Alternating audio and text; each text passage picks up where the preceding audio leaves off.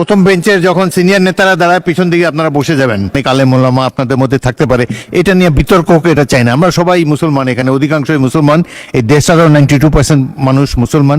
সুতরাং এগুলো নিয়ে সংসদে কোনো রকম বিরূপ আলোচনা হোক, এসব স্পর্শকাতর বিষয়, এটা তো চাই না। না না, এক সেকেন্ডও না, এটা স্পর্শকাতর বিষয়।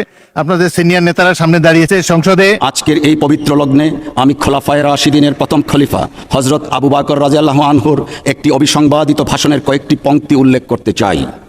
খেলাফতের দায়িত্ব নিয়ে অভিষেকের অভিভাষণে তিনি বলেছিলেন, আপনারা আমার উপর দায়িত্ব অর্পণ করলেও আমি আপনাদের মধ্যে শ্রেষ্ঠ মানুষ নই। আমি সঠিক থাকলে আপনারা আমাকে সাহায্য করবেন, আর ভুল করলে আমাকে শুধরে দিবেন। এই মহান উক্তির প্রতিধ্বনি করে আজ আমিও বলতে চাই, এই সংসদের মাননীয় সদস্যদের মধ্যে আমার চেয়ে জ্ঞানী, প্রজ্ঞাবান, উপযুক্ত ও অভিজ্ঞ অনেকেই আছেন। সম্মানিত অভিজ্ঞ সদস্যদের প্রতি বিনীত অনুরোধ করছি, দয়া করে আপনারা আমাকে সাহায্য করবেন, ভুল করলে শুধরে দেবেন, যাতে আমি সঠিকভাবে দায়িত্ব পালন করতে পারি।